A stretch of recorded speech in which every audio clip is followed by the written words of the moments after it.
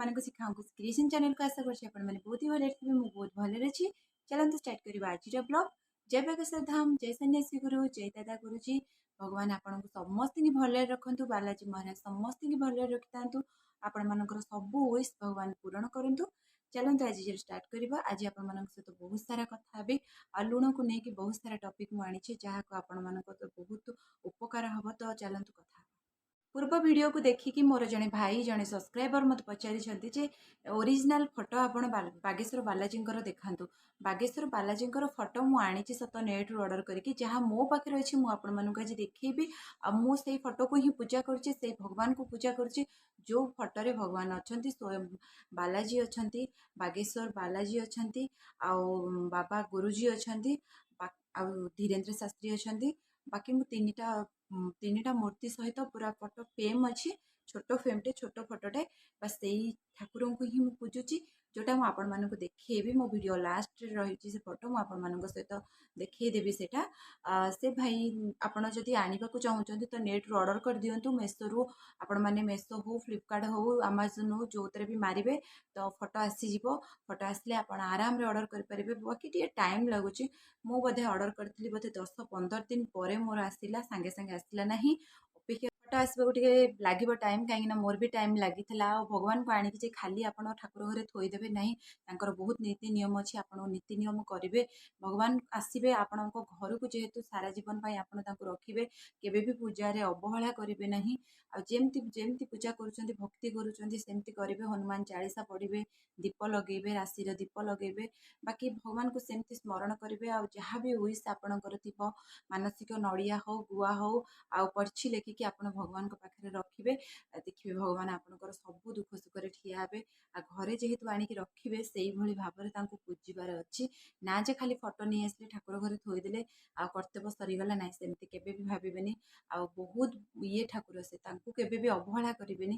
କାହିଁକିନା ଆପଣ ହନୁମାନ ମୂର୍ତ୍ତି ରଖିକି ଅଲଗା ପୂଜିପାରିବେ, ବାଗେଶ୍ୱର ବାଲାଜୀକି ଆଣିକି ରଖିବା ଘରେ, ଆଉ ତାଙ୍କୁ ସେତିକି ସେବା ଯତ୍ନ କରିକି ହିଁ ପୂଜିବାର ଅଛି। ଭକ୍ତିଭାବ ସହକାରେ ତାଙ୍କୁ ପୂଜିବାର ଅଛି, ତାଙ୍କୁ ଟାଇମ୍ ଦେବାର ଅଛି। ଯଦି ଭାଇ ଆଣିବାକୁ ଚାହୁଁଛନ୍ତି ତାହେଲେ ନେଟ୍ରୁ ଅର୍ଡ଼ର କରିଦିଅନ୍ତୁ। ମେସୋ, ଫ୍ଲିପକାର୍ଟ, ଆମାଜନ୍ ଯେଉଁଥିରେ ବି ଅର୍ଡ଼ର କରନ୍ତୁ, ଆସିଯିବ, କିନ୍ତୁ ଟିକେ ଲେଟ୍ ହେବ। ଆପଣମାନଙ୍କ ସହିତ ଗୋଟେ ସୁନ୍ଦର କଥାଟା ଆଲୋଚନା କରିବି, କାହିଁକିନା ମୁଁ କିଛି ନା କିଛି ନୂଆ ନୂଆ କଥା ନେଇକି ଆପଣମାନଙ୍କ ପାଖକୁ ଆସେ। କାହିଁକିନା ମୋତେ ସେଇଭଳି ଜିନିଷ ଆପଣମାନଙ୍କ ସହିତ ସେୟାର କଲେ ମୋତେ ଭଲ ଲାଗେ। ଆଜି ସେଇଭଳି କଥା ମୁଁ ଆପଣମାନଙ୍କୁ କହିବାକୁ ଯାଉଛି। ଲୁଣକୁ ନେଇକି ଆପଣମାନେ ଭାବୁଥିବେ ଯେ ଲୁଣ ଗୋଟେ ଛୋଟ ଜିନିଷ, ନାହିଁ, ସେମିତି କେବେ ବି ଭାବିବେନି। ଲୁଣ ହେଉଛି ଆମ ରୋଷେଇ ଘରର କହିବାକୁ ଗଲେ କୋହିନୂର। କାରଣ ଲୁଣ ଯେତିକି ଚମକ ଆଣିଥାଏ, ସେତିକି ସ୍ୱାଦ ଆଣିଥାଏ, ସେତିକି ଖରାପ ବି କରେଇଥାଏ। ସେତିକି ଖାଦ୍ୟକୁ ସବୁ କିଛି ଲୁଣ ଚାହିଁଲେ ଖରାପ କରିବ, ଲୁଣ ଚାହିଁଲେ ଭଲ ବି କରିପାରିବ। ତ ସେଇଭଳି ଲୁଣର ବି ବହୁତ ମହତ୍ତ୍ୱ ଅଛି। ଆପଣମାନଙ୍କ ଘରୁ ଯଦି ଲୁଣ ସରିଯାଉଛି, କେବେ ବି ସରିବାକୁ ଦିଅନ୍ତୁ ନାହିଁ। ଗୋଟେ ଜିନିଷ ସବୁବେଳେ ମନେ ରଖିଥିବେ, ମୁଁ ପୂର୍ବ ଭିଡ଼ିଓରେ ବି କହିଥିଲି, ହଳଦୀ ଆଉ ଲୁଣ ଆଉ ଚାଉଳ, ଏ ତିନିଟା ଜିନିଷ କେବେ ବି ସରେଇବେନି। ଆଉ ତୁଳସୀ ଗଛ, ଯଦି ତୁଳସୀ ଗଛ ମରିଯାଉଛି, ତାକୁ ମରିବା ପୂର୍ବରୁ ଆପଣଙ୍କୁ ସବୁଦିନ ତୁଳସୀ ଗଛରେ ପାଣି ଦେଉଛନ୍ତି ତ ଜାଣିବେ। ଯଦି କିଛି ବି ଆମ ଘରୁ ତୁଳସୀ ଗଛଟା ମରି ଯାଉଛି, ତା ପୂର୍ବରୁ ଆଣିକି ଗୋଟେ ନୂଆ ତୁଳସୀ ଗଛ ରଖିଦେବେ, ଲଗେଇକି ପାଣି ଦେବେ। ପ୍ରତ୍ୟେକ ନାରୀମାନେ ତ ଜାଣିଥିବେ, ସକାଳୁ ଉଠିଲେ ମାନେ ତ ତୁଳସୀ ଗଛରେ ଯାହା ବି ହେଲେ ପାଣି ଦେବେ। ତୁଳସୀ ଗଛକୁ କେବେ ବି ମାରିବାକୁ ଦେବେନି, କାରଣ ଘରର ଏଇ 4ଟି ଜିନିଷ ବହୁତ ଇମ୍ପୋର୍ଟାଣ୍ଟ। ଚାଉଳ, ହଳଦୀ, ଲୁଣ ଆଉ ତୁଳସୀ ଗଛ, ଏଇ 4ଟା କଥା ଆପଣ ସବୁବେଳ ପାଇଁ ମନେ ରଖିବେ। ଘରେ କେବେ ବି ସରିବାକୁ ଦେବେନି, ସରିବା ପୂର୍ବରୁ ଆଣିକି ଷ୍ଟକ୍ ରଖିବେ। ଯଦି ଆପଣ ଲକ୍ଷ୍ମୀକି ସବୁବେଳେ ସ୍ଥାୟୀ ରଖିବାକୁ ଚାହୁଁଛନ୍ତି, ଲକ୍ଷ୍ମୀଙ୍କର କୃପା ଯଦି ଆପଣମାନଙ୍କ ଉପରେ ସବୁବେଳେ ପଡ଼ିବାକୁ ଚାହୁଁଛନ୍ତି, ଯେ ଲକ୍ଷ୍ମୀ ମୋ ପ୍ରତି ସବୁବେଳେ ଖୁସି ରୁହନ୍ତୁ, କି ମୋ ପାଖରୁ କେବେ ନ ଯାଆନ୍ତୁ, ଆପଣ ଏଇସବୁ କାମ କରନ୍ତୁ। ପ୍ରତିଦିନ ଯାହା ବି କରିବେ, ଗୁରୁବାର ତ ଯେମିତି ହେଲେ ଆପଣଙ୍କର ତ ସଂକ୍ରାନ୍ତି ଆଉ ଭଲ ମନ୍ଦ ଦିନ ତ ସବୁବେଳେ ଅଛି। ଆପଣ ଗୋଟେ କାମ କରିବେ, ଲୁଣ ପକେଇକି ଆଉ ଟିକେ ହଳଦୀ ପକେଇକି ଘର ପୋଛିବେ। ତାଦ୍ୱାରା ଆପଣଙ୍କ ଘରେ ତ ପର୍ବପର୍ବାଣି ଯାହା ଯେମିତି ହେଲେ ଆପଣ ଘର ପୋଛୁଥିବେ। ବାକି ଖାସ୍ କରିକି ମଙ୍ଗଳବାର ନହେଲେ ଗୁରୁବାର ଆପଣ କ'ଣ କରିବେ ନା ଟ୍ରାଏ କରିବେ ଘର ପୋଛିବାକୁ, ନହେଲେ ଶନିବାର, ମଙ୍ଗଳବାର ଟ୍ରାଏ କରିବେ ଘର ପୋଛିବାକୁ। ଘର ପୋଛିବେ, ସେ ଘର ପୋଛିବା ସମୟରେ କ'ଣ ପକେଇବେ? ଆପଣ ତ ଫିନାଇଲ୍ ୟୁଜ୍ କରିବେ, ସେଇଟା ତ ନର୍ମାଲ୍ ଜିନିଷ। ଘର କ୍ଲିନର୍ ୟୁଜ୍ କରିବେ, ସେଇଟା ବି ତ ଗୋଟେ ନର୍ମାଲ୍ ଜିନିଷ। ତା ସହିତ ଆଡ଼୍ କରିବେ କ'ଣ ନା ଲୁଣ ଆଉ ଟିକେ ହଳଦୀ। ଲୁଣ ହଳଦୀ ଟିକେ ପକେଇକି ଘରର ସବୁ ଜାଗା ପୋଛିଦେବେ। ଯେତେ ଯାହା ଯେଉଁଠି ଠାକୁରଙ୍କ ଜାଗା ମାନେ ସବୁ ତ ଅଲଗା ଥିବ ଠାକୁରଙ୍କ ଜାଗା, ଆଉ ବାକି ଘରର ଯେତେ ସବୁ ରୁମ୍ ଅଛି, ଡାଇନିଂ ଅଛି, ଯାହା ଅଛି ସବୁ କିଛି ପୋଛାପୋଛି କରିଦେବେ।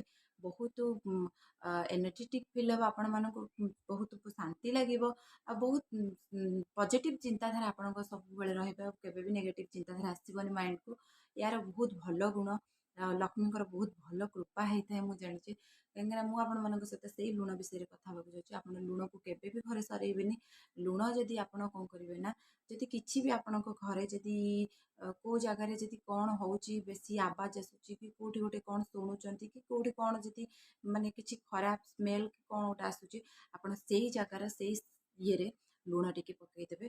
ବାସ୍ ଲୁଣ ପକେଇଦେବେ। ଲୁଣ ଟିକେ ପକେଇକି କିଛି ସମୟ ଯିବେ, ଦେଖିବେ। ତା ପରଦିନ ପୋଛି ଆଣିବେ। ତା ପରଦିନ ପୋଛିକି ପୁରା ଘର କ୍ଲିନ୍ କରିଦେବେ। ପୁଣି ଯଦି କିଛି ଯଦି ସେଇ ଟାଇପ୍ର ହେଲା, ପୁଣି ଟିକେ ଲୁଣ ପକେଇଦେବେ। ଥରକୁ ଦୁଇଥର କଲେ ଦେଖିବେ ସେସବୁ ଜିନିଷ ଆସ୍ତେ ଆସ୍ତେ ଦୂରେଇ ଯିବ।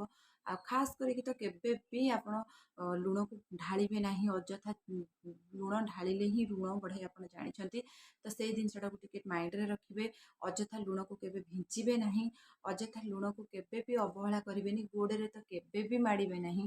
କାରଣ ରୋଷେଇ ଘର ସିଏ ହେଉଛି ମାନେ କହିଲା ଭଳିଆ ସବୁ ଜିନିଷକୁ କଣ୍ଟ୍ରୋଲ କଲା ଭଳିଆ ଲୁଣ ହେଉଛି ଗୋଟେ ଏଇଭଳି ଜିନିଷ ଯିଏକି ସବୁ କାମରେ ଆସିଥାଏ। ଆପଣ ଏଇ କଥାଟାକୁ ସବୁବେଳେ ମନେ ରଖିବେ। ଲୁଣକୁ କେବେ ବି ଅବହେଳା ଭାବିବେନି ଆଉ ଛୋଟ ଜିନିଷ ବୋଲି କେବେ ବି ଭାବିବେନି। ଆପଣ ପୁରା ବହୁତ କରଜ ଦାମରେ ଅଛନ୍ତି, ବହୁତ ଟେନସନରେ ଅଛନ୍ତି, ବହୁତ ଯେଉଁ ଚିନ୍ତା କରୁଛନ୍ତି ଯେ କରଜ ଦାମରୁ କେମିତି ମୁକ୍ତ ହେବେ, ଜମା କମୁନି। ଆସ୍ତେ ଆସ୍ତେ ଆସ୍ତେ ଆସ୍ତେ ଦିନକୁ ଦିନ ବଢ଼ି ବଢ଼ି ଚାଲିଛି। ଆପଣ କ'ଣ କରିବେ ନା, ଦକ୍ଷିଣ କାନ୍ଥରେ ଗୋଟେ ଲାଇଟ୍ ସବୁବେଳେ ଲଗେଇକି ରଖିବେ। ସେ ଲାଇଟ୍ଟା ହେଉଛି ପୁରା ରେଡ୍ ଲାଇଟ୍। ରେଡ୍ ଲାଇଟ୍ଟାକୁ ଆପଣ କ'ଣ କରିବେ ନା, ସବୁବେଳେ ଦକ୍ଷିଣ କାନ୍ଥରେ ଲଗେଇକି ରଖିବେ। ଆଉ ଯେଉଁ କାନ୍ଥରେ ଆପଣ ଲଗେଇଥିବେ ବଲ୍ଟାକୁ, ତା ତଳେ ଲେଖିଦେବେ ଜୟ ଶ୍ରୀରାମ। ଜୟ ଶ୍ରୀରାମ ଲେଖିଦେବେ। ବାସ୍ ଜୟ ଶ୍ରୀରାମ ଲେଖିଦେବେ। ସେଇ କାନ୍ଥରେ ସେମିତି ବଲ୍ଟା କଣ୍ଟିନ୍ୟୁସଲି ଜଳୁଥିବ। ଆଇଦର ତମେ ଆପଣ ବେଡ଼ରୁମ୍ରେ ଲଗାନ୍ତୁ, ଆଇଦର ତମେ ଡାଇନିଂରେ ଲଗାନ୍ତୁ, ବାଟ ଘରେ ଲଗାନ୍ତୁ କି ବାହାର ଇଏରେ ଲଗାନ୍ତୁ କାନ୍ଥରେ। କିନ୍ତୁ ଯେଉଁଟା ଲଗେଇବେ ଆପଣଙ୍କର ସେଇଟା କଣ୍ଟିନ୍ୟୁ ଜଳୁଥିବ। କଣ୍ଟିନ୍ୟୁସଲି ଜଳୁଥିବ ଗୋଟେ ମନ୍ଥରେ। ଯଦି ସେ ବଲ୍ ବି ଫ୍ୟୁଜ୍ ହେଇଗଲା, ଆପଣ ଆଉ ଗୋଟେ ନୂଆ ବଲ୍ ଆଣିକି ଲଗେଇବେ। ଯେଉଁଠି ଲଗେଇବେ ସେଇଠି ଜୟ ଶ୍ରୀରାମ ଲେଖିବେ। ଜୟ ଶ୍ରୀରାମ ଲେଖିକି ଗୋଟେ ବଲ୍ଟେ ଲଗେଇବେ। କିଛି ସେଥିରେ କିଛି ଖରାପ ନାହିଁ। ଆପଣଙ୍କର ବହୁତ ଉନ୍ନତି ହେବ। ଆଉ ଆସ୍ତେ ଆସ୍ତେ ଆସ୍ତେ ଆସ୍ତେ ଆସ୍ତେ କରଜ ଦାମରୁ ମୁକ୍ତ ହେବେ। ଆସ୍ତେ ଆସ୍ତେ ନିଜକୁ ନିଜେ ହିଁ ଫିଲ୍ କରିବେ ଯେ ନାଇଁ ମୋର କିଛି ଏସବୁ ଜିନିଷ କରିବା ଦ୍ୱାରା ମୋତେ କିଛି ଗୋଟେ ଫିଲ୍ ହେଉଛି, ହଁ ମୋର ଋଣ ଭାର କମୁଛି କି ମୋତେ ଟିକେ ଶାନ୍ତି ମିଳୁଛି, କିଛି ରିଲାକ୍ସ ମିଳୁଛି। ଦେଖିବେ ବହୁତ ସାରା ମାନେ ଫାଇଦା ସେସବୁ ଜିନିଷ କଲେ। ଆପଣ ଏଇ ଛୋଟ ମୋଟ ଜିନିଷଟାକୁ ଟିକେ ଧ୍ୟାନ ଦେବେ। ଆଉ ଏସବୁ ଜିନିଷ ମୁଁ ଆପଣମାନଙ୍କ ସହିତ ସେୟାର କରୁଛି କାହିଁକିନା ମୁଁ ଭଗବାନଙ୍କ ପାଖରୁ ହିଁ କିଛି ଶିଖୁଛି। ଯେଉଁ ଜିନିଷ ମୁଁ ଦେଖୁଛି ବାଲାଜୀଙ୍କର, ଧୀରେନ୍ଦ୍ର ଶାସ୍ତ୍ରୀଙ୍କର ଭିଡ଼ିଓ, ମୁଁ ତାଙ୍କ ଭିଡ଼ିଓକୁ ସବୁବେଳେ ଫଲୋ କରେ। ଆଉ ସେ ଜିନିଷ ସାୟଦ ବହୁତ ଲୋକ ଦେଖିପାରୁନଥିବେ, ବହୁତ ସବସ୍କ୍ରାଇବର ମୋର ଦେଖିପାରୁନଥିବେ। ତ ମୁଁ ଭିଡ଼ିଓ ଦ୍ୱାରା ମୁଁ ମୋ ପର୍ସନାଲ୍ ଭିଡ଼ିଓ କରି ଆପଣମାନଙ୍କ ସହିତ ସେୟାର କରୁଛି, ଯେଉଁଟା ଆପଣମାନଙ୍କର କାମରେ ଲାଗିବ। ଆଉ ଆପଣ ସେସବୁ ଜିନିଷକୁ କଲେ ଆପଣଙ୍କ ସେଥିରୁ ଉପକୃତ ହେବେ। ତ ସେଥିପାଇଁ ମୁଁ ଆପଣମାନଙ୍କ ସହିତ ସବୁ ଜିନିଷ ସେୟାର କରିବାକୁ ଚାହେଁ। ଦିନ ପୁରା ଏପଟ ସେପଟରେ ବହୁତ ବାଧା ଲାଗିଲା, ଶୋଇପଡ଼ିଲି, ଭିଡ଼ିଓ ବି କରିପାରିଲିନି। ଆଉ ସର୍ଟ ଭିଡ଼ିଓ ତ ମୁଁ ଏମିତି ଗୋଟେ ଗୋଟେ ଦେଇ ଦେଉଛି, ବାକି ଲଙ୍ଗ୍ ଭିଡ଼ିଓ ମୁଁ କରିପାରୁନି। କିଛି ସମୟ ବସିଲେ ତ ମୁଁ ଲଙ୍ଗ୍ ଭିଡ଼ିଓ କରିବି। ତ ଲଙ୍ଗ୍ ଭିଡ଼ିଓ କରିବାକୁ ହେଲେ ସେତିକି ଟାଇମ୍ ଦରକାର। ବର୍ତ୍ତମାନ ଦେଖିପାରୁଥିବେ ଏଠି ପୁଅ ବି ଶୋଇଛି, କାରଣ ମୁଁ ତାକୁ ଶୁଆଇଲା ପରେ ହିଁ ଭିଡ଼ିଓ କରେ। କାରଣ ସେ ବହୁତ ଆବାଜ କରେ, ବହୁତ ସାଉଣ୍ଡ କରେ, ଡିଷ୍ଟର୍ବ କରେ, ଇଏ କରେ। ତ ମୁଁ ଚାହେଁନି ମୁଁ ଆପଣମାନଙ୍କ ସହିତ କଥା ହେଲା ବେଳେ ମୋତେ କିଛି ଡିଷ୍ଟର୍ବ ଆସୁ କି ମୁଁ ଏପଟ ସେପଟ ହୁଏ, ମୋ ମାଇଣ୍ଡ ଅନ୍ୟମନସ୍କ ହଉ ନାହିଁ। ସେମିତି ନାହିଁ, ମୁଁ ଆପଣମାନଙ୍କ ସହିତ ଫ୍ରି ଫ୍ରାଙ୍କରେ କଥା ହେବାକୁ ଚାହେଁ। ଆଉ କିଛି ଟାଇମ୍ ମୁଁ ଆପଣମାନଙ୍କୁ ଦେବାକୁ ଚାହେଁ, ଯେଉଁଟାକି ଆପଣଙ୍କ ସହିତ ମୋର କଥା ହେବା ଦ୍ୱାରା ଆପଣଙ୍କର କିଛି ଫାଇଦା ହେବ। ସେଇଭଳି ଜିନିଷ ମୁଁ ସବୁବେଳେ ଆପଣମାନଙ୍କ ପାଇଁ ନେଇ ଆସେ। ଆଉ ଆଜି ହେଉଛି ଶନିବାର, ଯେହେତୁ ଭଗବାନଙ୍କର ବାର। ତ ବହୁତ ସାରା ଭିତରେ ତ ପୂଜାପୂଜି ଯାହା ଯେମିତି ବୋଉ ଆସିଛନ୍ତି ସେ ବି କରିଦେଉଛନ୍ତି। ବାକି ମୋର ହନୁମାନ ଚାଳିଶା ମନେ ମନେ ମୁଁ ଧ୍ୟାନ କରେ। ଆଉ ଯେହେତୁ ଠାକୁରଙ୍କ ପାଖରେ ସେଠି ଏତେ ସମୟ କନଷ୍ଟାଣ୍ଟଲି ବସିପାରିବିନି, ଆଉ ବସିବା ସିଚୁଏସନ୍ ବି ମୋର ନାହିଁ। ଆଉ ମୁଁ କନଷ୍ଟାଣ୍ଟ ଏଇ ଭିଡ଼ିଓ କରୁଛି, ଯେତିକି ଟାଇମ୍ ବସିବି ତାପରେ ଟିକେ ଚଲାବୁଲା କରିବି, କାରଣ ବସି ହେଉନି। ବସିଲେ ପୁରା ମୋ ନିଶ୍ୱାସ ବନ୍ଦ ହେଇଯାଉଛି। ତ ସେଥିପାଇଁ ମୁଁ କ'ଣ କରେ ନା, ମୋର ମନେ ମନେ ମୋର ହନୁମାନ ଚାଳିଶାଟାକୁ ମୁଁ କଣ୍ଟିନ୍ୟୁ କରେ, ପଢ଼େ। ଆଉ ବୋଉ କେତେବେଳେ କେମିତି ଠାକୁର ପୂଜା କରିଦିଅନ୍ତି, ବାକି ସନ୍ଧ୍ୟା ଦେଇଦିଅନ୍ତି। ଆଉ ସନ୍ଧ୍ୟା ବି ମୁଁ ଠିକ୍ରେ ବି ଦେଇ ବି ପାରୁନି, କାହିଁକିନା କିଛି ସମୟ ଯଦି ମୁଁ ଶୋଇପଡ଼ୁଛି ତ ନିଦ ବହୁତ ହେଇଯାଉଛି, ଶୋଇପଡ଼ୁଛି। କାଲି ସେଇ ଟାଇମ୍ ଦେଖିକି ମୁଁ ଭିଡ଼ିଓ ବି କରିପାରିନି, ଆପଣମାନଙ୍କ ସହିତ କିଛି ବି କଥା ହେଇପାରିନି। ମୁଁ କରିବି ଭିଡ଼ିଓ ଭାବିଲି, କିନ୍ତୁ କରିବି ପାରିଲିନି, ନିଦରେ ଶୋଇପଡ଼ିଲି। ଆଉ ଯଦି ଟିକେ ରିଲାକ୍ସ ଲାଗୁଛି, ଜାଣିଥିବେ ଆପଣ ଯଦି କରୁଥିବେ ଯେଉଁ କାମଟା କଣ୍ଟିନ୍ୟୁଅସଲି ସେଇଟା ପୁରା ଚାଲିଥିବ, ଯଦି ଟିକେ ଆପଣଙ୍କୁ କିଏ ସାହାଯ୍ୟ କରିଦେଲା ତ ଜାଣିଥିବେ ପୁରା କୋଢ଼ିଆ ଆପଣ ହେଇକି ଆପଣ ଶୋଇ ହିଁ ଯିବେ। ତ ଯେଉଁ ଜିନିଷଟା ମୋ କ୍ଷେତ୍ରରେ ହେଉଛି। ଆଉ ବାକି ଆଉ ରହିଲା, ଆଜି ହେଲାଣି 31 ତାରିଖ, ବାକି ଆଉ ରହିଲାଣି 11 ଦିନ। ତ 11 ଦିନ ଭିତରେ ତ ମୋତେ ପୁଣି ଯାଇକି ହସ୍ପିଟାଲ ଆଡ଼ମିଟ୍ ହେବାକୁ ପଡ଼ିବ। ତାପରେ ଆପଣ ଜାଣିଥିବେ ମୋର ଯେଉଁ ସିଚୁଏସନ୍, भगवान करंतु जल्दी जल्दी सब किछि ठीक हो जाओ। आउ आपण मानक सहित सब मु ब्लॉग मु बनैबी, जहाँ भी ब्लॉग मु करी सेठी वीडियो जहाँ भी करे मु आपण मानक सहित तो शेयर करी। आ मो बालाजी तो मो पाखे सब बेले अच्छा, मो दुख सुख सबुतरे ठिया हेबे। भगवान को सब बेले मु प्रे करे प्रभु जेते दुख कष्ट अच्छी संसार में समस्त दूर कर दिंतु। आउ से समस्त खुशी रे रखु। जो भक्त आपन को सब बेले डाकी पार, जी दुखरे थी खाली जे डाक ना, सुखरे थे भी से डाक। तो सब भगवान को प्रे करने द्वारा कौन हुए ना, सब जिन मुझे जनाए जे खाली मो पाई मु भगवान को डाके सेटा नुहे, मु समस्त भगवान को डाके। संसार में जिते लोक दुखरे अच्छा भगवान तांकु टिके सुख दियो, कहीं सब दुखटा जी पाए सी जानी दुखर केते कष्ट। तो से विषय में भगवान को सब बेले माने। आउ बागेश्वर बालाजी तो जानते एमती ठाकुर, तो जहाँ दुख जनइले से शुणे। मु आणिकी मो घरे पूजा करुच्ची भगवान को। तो भगवान सब जिन मोर शुणती, आ सी भी जानते मनरे जदि भक्ति भाव से भली थी ना, भगवान डाकिले भी ओ करेंगे तो शुणे। से आवाज पाखे पहुँच तो सी आसिकी शुणे, सब जिनस से ठिया हे। आपण को बस भिड कर अंटा फंटा पेन हो भितर भी मुझे ठीक निजको फिल करे जे नाई मु ठीक अच्छी, एबे भी सुस्थ अच्छी। तापर मो वीडियो आपण मान सहित शेयर करे सब। बालाजी बागेश्वर बालाजी कथा तो जिते कहले भी सरबनी, कथा तो सेमती पूरा ये से भली भक्ति भाव सहकारे से भक्त मान सहित जोड़ित। आपन पाखे जी भी टाइम मिलूँ, आपन को जी भी समय मिलूँ, सकाଳେ हो संध्या बेले हो, आप हनुमान चालीसा पढ़ी भगवान पाखे किसी समय बसतु। शांति मनोभाव सहकार आपंकर प्रोब्लेम टी जनातु, भगवान को टिके से ध्यान दिंतु। कहीं कि ना संसार में बहुत सारा कम बिजी रुहतु, जहाँ भी करूँ से आपको कौन मिलूँ कौन ना मुझे जिन जाने ना, कि भगवान पाखे बसिले शांति मिले। शांति मिले से शांति जोटा कि संध्या सकाळे आप भगवान को से ध्यान कले आ भक्ति कले पूजा कले देखिए से शांति जी मिलूँ। आप बिलीव भी करें मन पूरा बहुत भल लगे। बालाजी की हनुमान चालीसा पढ़े टी, बालाजी पाखे टी मुंडिया मारे, देखिए बहुत दुख कष्ट आप मुक्ति होजे। जहाँ भी आपंकर प्रोब्लेम थी, जहाँ भी आप जो टेंशन रे घाटी होते कि से टेंशन रे माइंड रखिथे सब किसी आपंकर दूर हो। तो मुझे रिक्वेस्ट कर समस्त टिके भगवान को ध्यान करूँ, भगवान को टिके पूजतु आ डाकतु। कहीं बालाजी समस्त डाक शुणे। बालाजी सेमती के से ठाकुर नुहति जे शुणे ना ना, सेमती नुहे। समस्त डाक शुणे, समस्त भक्ति भाव सहकार भगवान को पूजतु आ डाकतु। से भक्ति भाव सहकार पूजा करूँ, बालाजी की से मन ध्यान देखिए पूजा करूँ। कहीं आपड़ जदि सहित सब जड़ित होते सी आपण सहित सेमती जड़ित होते, कहीं सी आपको फिल करदेवे आप साथ के से दौना। कहीं आपण प्रोब्लेम जिते भी आसो आप थे परीक्षा करके देखूँ क्या रूप केमी कौ मध्यम आपण असुविधा आसिक से ठिया हे। आपण प्रोब्लेम को सल्व करदे। आपड़ जानी भी पारे हाँ मो बागेश्वर बालाजी के भक्ति करुली एत ये करुली मत एत सारा मानने सुविधा होगला।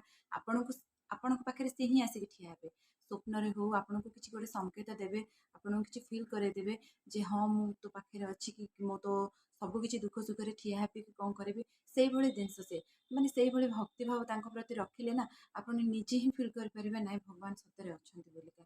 क्या माध्यम क्या द्वारा से कामटा को आपणकर करे। आप जो प्रोब्लेम रे फसी थे से माने से प्रोब्लेम रे उद्धार करेंगे सब किसी मुझे फिल कर कहीं मो सहित बहुत थर हो सब कहे आपण मैंने भी से फिल करके अनुभूति मो सहित सेयार करूँ। से भाव में भक्ति भाव में पूजा करूँ, से आपणकर अनुभूति गुड़ा मत ही सेयार करूँ। मु जहाँ कि खुशी भी जाणी ना मो बागेश्वर बालाजी के मोर तो बहुत सारा सब्सक्राइबर समस्ते मानती, बहुत सारा सब्सक्राइबर पूजा करते। मुझे जानी भक्ति भाव तो समस्त पाखे अच्छी, कि मुझे चाहे मत टे सेयार करूँ आपणकर करंतु। बाकी मु आपण मानकर सब अनुभूति समस्त सहित सेयार करी जो भगवान ना आहरी प्रचार प्रसार हम। आ बालाजी सेमती उपरक उपरक उपरक उपरक जाऊे, आम सेमती भक्ति भाव सहकारे से भगवान पाखे थिबा, भगवान सेमती आम कथा शुणुवे। चलते आज वीडियो जब आपको बहुत भल लगी लाइक शेयर सब्सक्राइब करेंगे, जमार स्किप करेंगे, फास्ट रु लास्ट पर्यंत देखिए।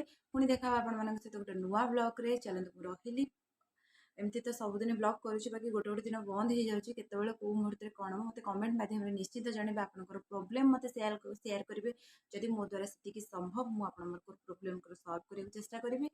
ବାକି ବାଲାଜୀଙ୍କ ଉପରେ ସବୁ ଜିନିଷ ଛାଡ଼ି ଦେଇଛି, କାରଣ ଭଗବାନ ହିଁ ସମସ୍ତଙ୍କର ଦୁଃଖ ସୁଖର ସାଥୀ। ଆଉ ତାଙ୍କୁ ହିଁ ପ୍ରେ କରନ୍ତୁ, ତାଙ୍କୁ ହିଁ ପ୍ରାର୍ଥନା କରନ୍ତୁ, ସେ ହିଁ ଆପଣଙ୍କର ସବୁ ଦୁଃଖକୁ ସବୁ ସମସ୍ୟାକୁ ସମାଧାନ କରିଦେବେ। ଏ ହେଉଛନ୍ତି ମୋ ଭଗବାନ, ଯାହାକୁ ମୁଁ ଆଣିକି ଘରେ ରଖିକି ପୂଜା କରିଛି। ଆଉ ଏ ମୋ ଦୁଃଖ ସୁଖର ସବୁବେଳ ପାଇଁ ସାଥୀ ହେଇକି ରହିବେ, ମୋର ଆଶା ବିଶ୍ୱାସ ଭରସା ରହିଛି।